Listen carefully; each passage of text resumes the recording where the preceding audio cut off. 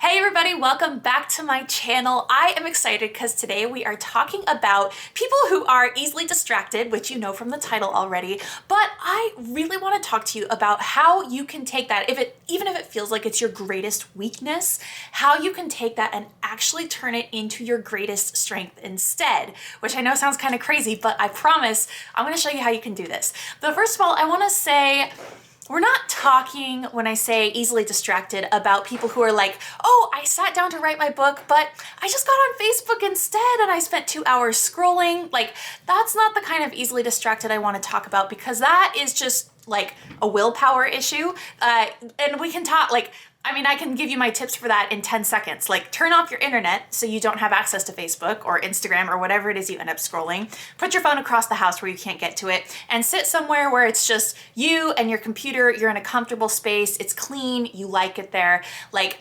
try to make it so that it's easiest to focus.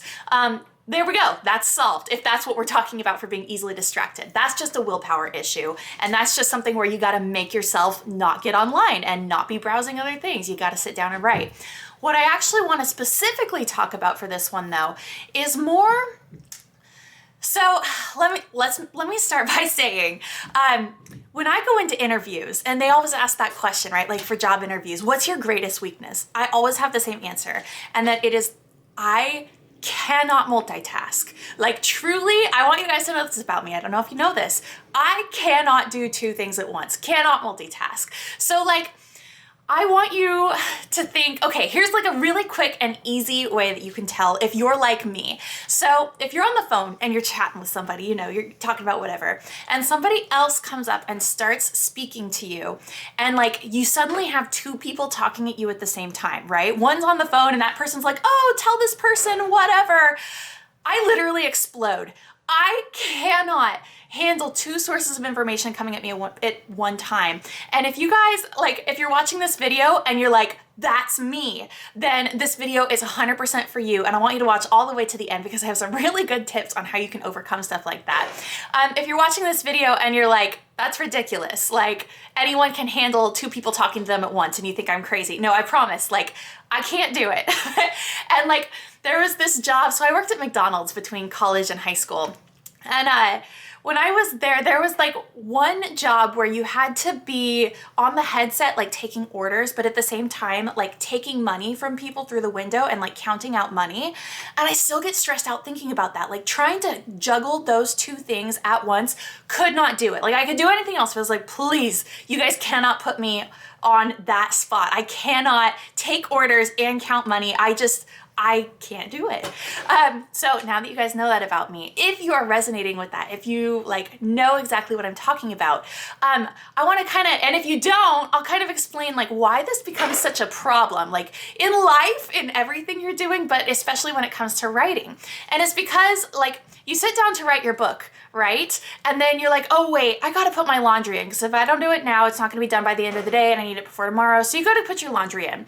And then you realize, once you get all your clothes, you're like, oh shoot, there's stains on this one. So you go to grab the stain stick. Well, you realize the stain stick is almost out. So then you're like, oh shoot, I have to write this on the grocery list really quick before I forget to. Like, this is like the problem behind all of it, right? Is that if you're easily distracted, if you have what I call like one-track mind syndrome, which is not a real medical diagnosis, by the way, I'm not a doctor, but it's real all the same. If you have a one-track mind and you're thinking about it in that very moment, if you move on to something else, it is gone.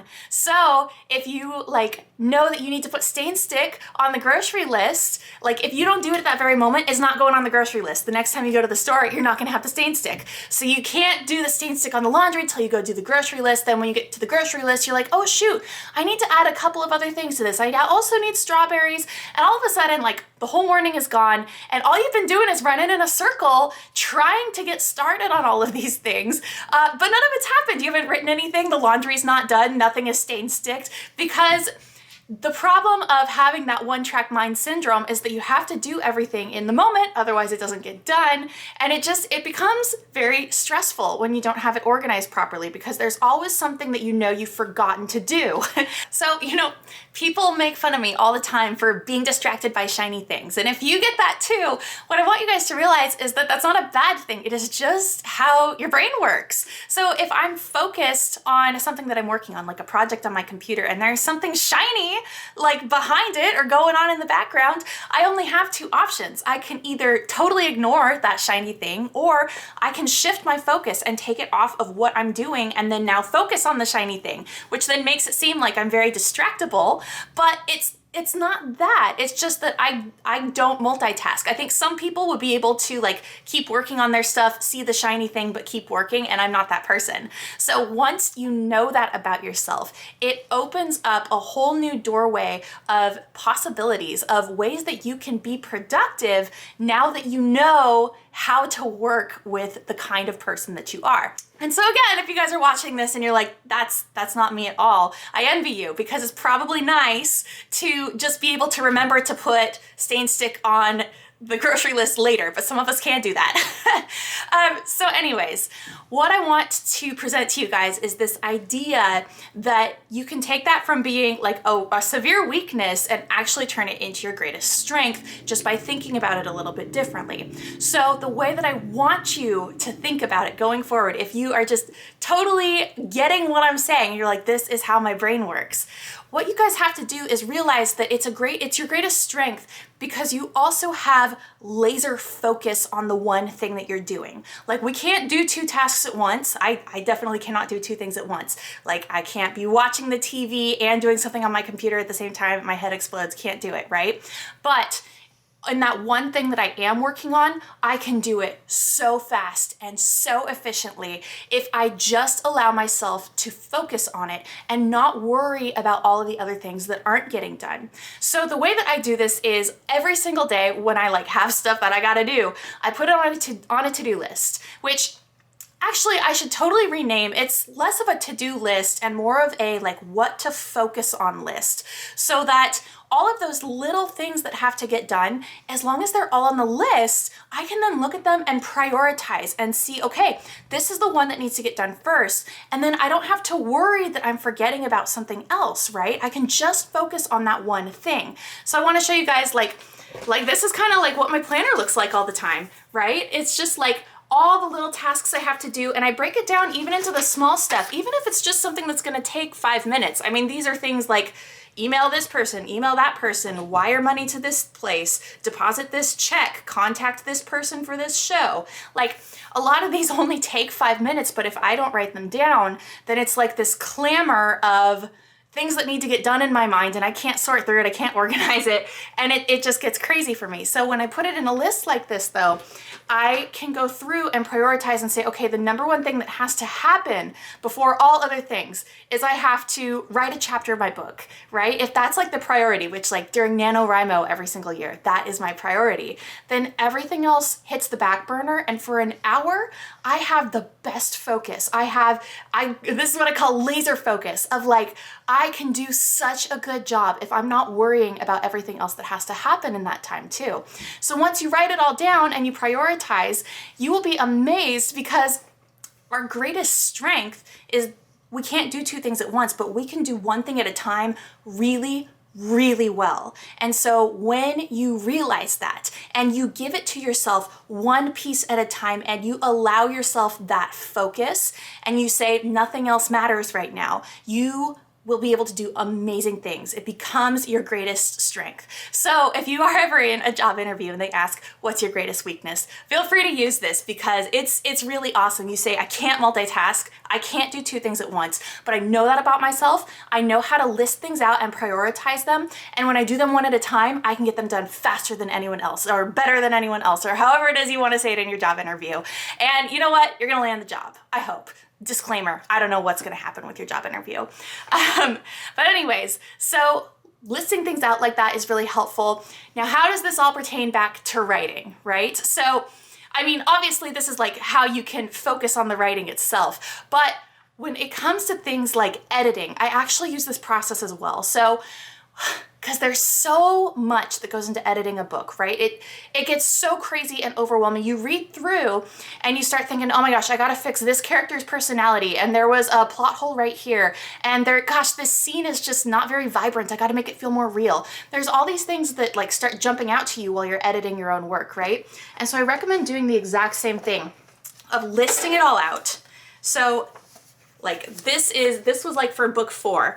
These are all just like things I wanted to change, things I wanted to fix while I was doing editing, and then when I just did them one at a time, and I put a little dot next to them once they were done, right? So like for editing, oh my gosh, it's super helpful. You just have to allow yourself to focus on one thing at a time. Use your laser focus. Know that that is your greatest strength.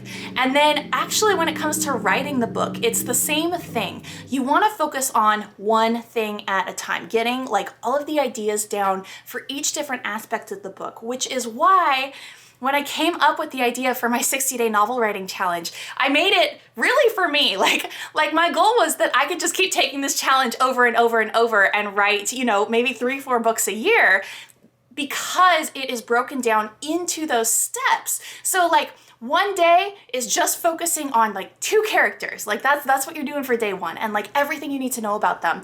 And so even though you still need to know everything about the world and you need to know everything about the plot and the relationships, those are all going to come on different days. And so it allows you to just focus one day at a time on what you need to be like working on to make that a full story. And if you are the kind of person who can multitask, I'm sorry that this probably has not been the most helpful video for you. But if you're like me and you have one-track mind syndrome where it's just you're focused on one thing, then the next, this is going to be one of the most helpful things that you can do towards your writing and really towards everything you have to do. When you realize how to list things out and prioritize them and give yourself permission to just work on one thing at a time and not worry about the others, you will get through things so fast. You will be so happy with like how great of work you do, and you're not going to be stressed out all the time trying to like worry about what you've forgotten, because that is not fun at all.